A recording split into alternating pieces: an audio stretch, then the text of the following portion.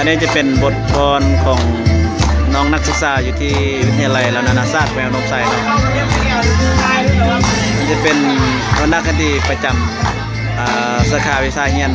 เนาะ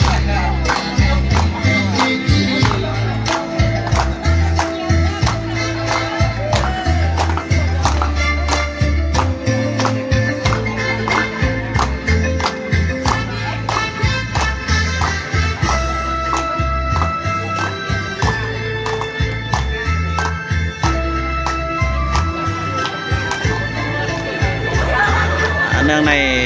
วันที่ 7 ตุลาเนาะอยู่ที่วิทยาลัยนานาชาติก็ได้จัด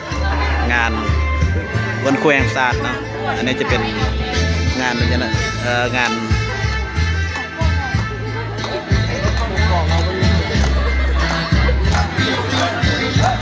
อันนี้เป็นงาน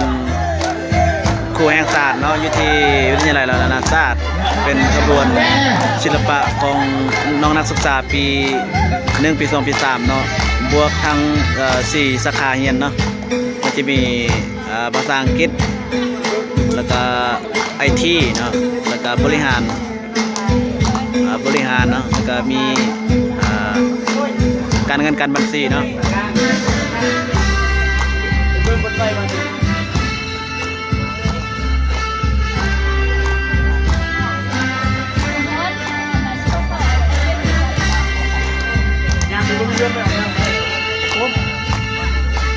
อันนี้จะเป็นโต๊ะของบรรดาอาจารย์เนาะ